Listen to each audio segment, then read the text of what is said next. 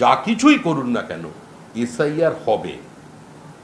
এসআইআরকে বাধা দিলে সংবিধানকে অস্বীকার করা হবে, আর সংবিধানকে সম্পূর্ণভাবে অস্বীকার করলে সংবিধানের যেটা করার সেটা সংবিধান করবে। তৃণমূল কংগ্রেস শহীদ হতে চাইছে। অভিষেক বন্দ্যোপাধ্যায় যা বলছেন, বিজেপি তৃণমূলের কোনো বক্তব্যকে গ্রহণ করছে না। ডেমোগ্রাফি চেঞ্জের কথা বলছে কাগজ, ডেমোগ্রাফি চেঞ্জের কথা বলছে ভোটার লিস্ট। শুধুমাত্র অনুপ্রবেশের উপরে ফোকাস করে এসআইআর হচ্ছে না। আপনার পাশের বাড়ির ফ্ল্যাটে, যেখানে ফ্ল্যাটের সাইজ হচ্ছে 435 স্কোয়ার ফিট, সেখানে 17 জন ভোটারের নাম ঢুকে গেছে। সেই 17 জনকে খোঁজার চেষ্টা করা হচ্ছে। এরা কারা?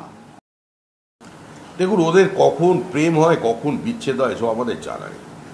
আমরা সহজ সরলভাবে একটা কথা বলেছি যে আমরা ত্রুটি মুক্ত ভোটার লিস্ট চাই। আমরা আমাদের বাবা জেঠু যারা উপরে চলে গেছেন তাদের ওখানে শান্তিতে থাকতে দিতে চাই। এমনি রাজ্যে এত অশান্তি, এত ঝামেলা আবার ওনাদের ভোটের মধ্যে টেনে নিয়ে আসতে চাই। কখন তৃণমূলের মধ্যে কেউ বেশি উত্তেজক হচ্ছে, সবাই বিজেপিকে বেঁধে রাখতে চাইছে। আরে সবাই বিজেপিকে বাঁধতে চাইছে গাছে। কারণটা কি? আসলে রাত্রে অবচেতন মনে, স্বপ্নের মধ্যে এরা দেখতে পাচ্ছে যে ওরা বাঁধা পড়েছে।